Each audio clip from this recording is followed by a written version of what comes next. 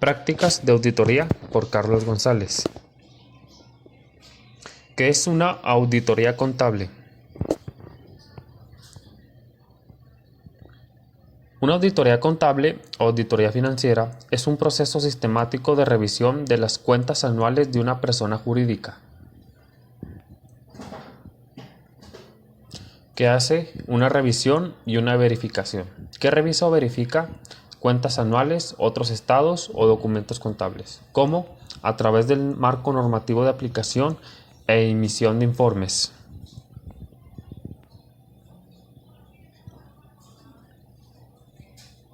Planificación. Es una etapa donde los encargados del proceso de auditoría establecerán una estrategia global para el proceso de auditoría. Ejecución. En esta etapa los auditores ejecutarán la auditoría conforme a la planificación y a la matriz de riesgos elaboradas en la etapa anterior. Emisión del informe. Es la etapa en la que culmina el proceso de auditoría. Estados contables. Balance. Estados de resultados. Estados de patrimonio neto. Estados de flujo de efectivo. SAT. Servicio de Administración Tributaria.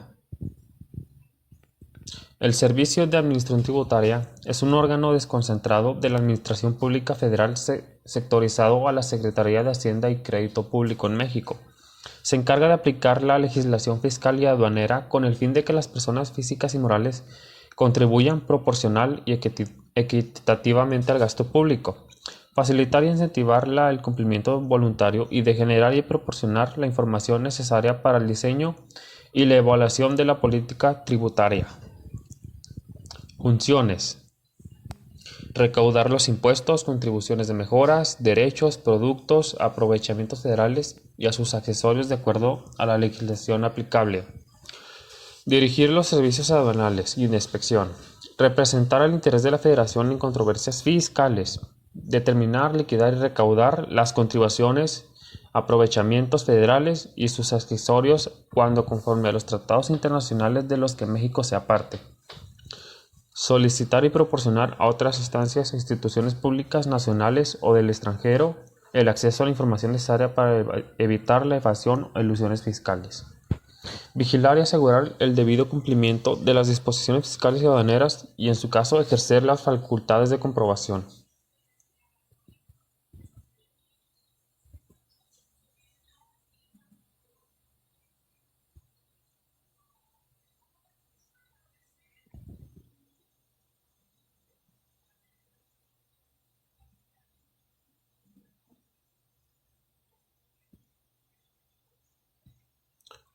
Fungir como órgano de consulta del Gobierno federal en la materia fiscal y aduanera.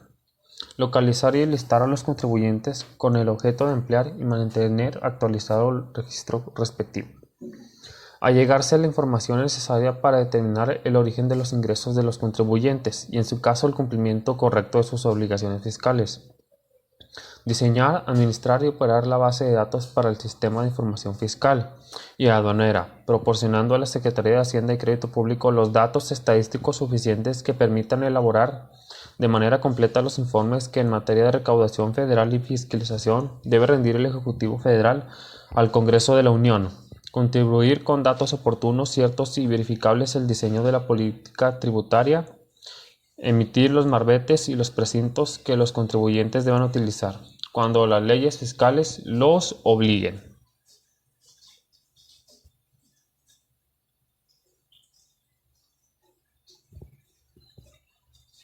Impuestos. Existen dos tipos de impuestos para los contribuyentes. Existen personas morales, que una persona moral es la unión en un conjunto de personas que colaboran para conseguir un fin común, reunidas por un beneficio social. Personas físicas, como un individuo que realiza cualquier actividad económica, vendedor, comerciante, empleado, profesionista, el cual tiene derechos y obligaciones. Impuesto sobre la renta, también conocido como ICR, es un impuesto directo que aplica a las ganancias obtenidas durante el ejercicio. En otras palabras, se mantiene entre la diferencia entre los ingresos y las deducciones autorizadas. ¿Quién está obligado al pago? Los residentes en México respecto a todos sus ingresos, cualquiera que sea la ubicación de la fuente de riqueza donde proceda. Los residentes en el extranjero que tengan un establecimiento permanente en el país. Respecto de los ingresos atribuibles en dicho establecimiento permanente.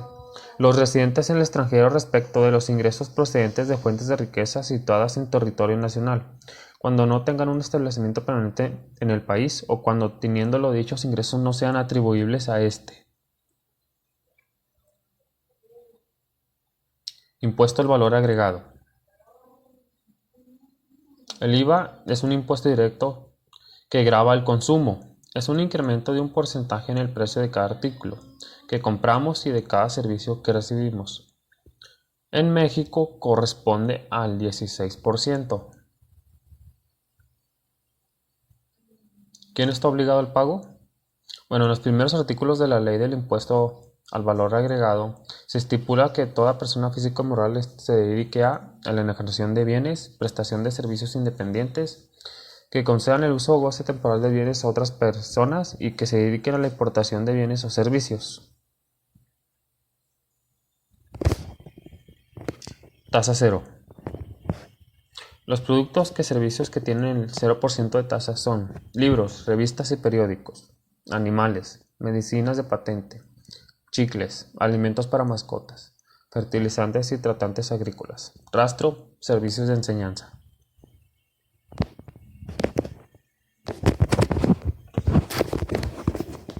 Gracias por su atención.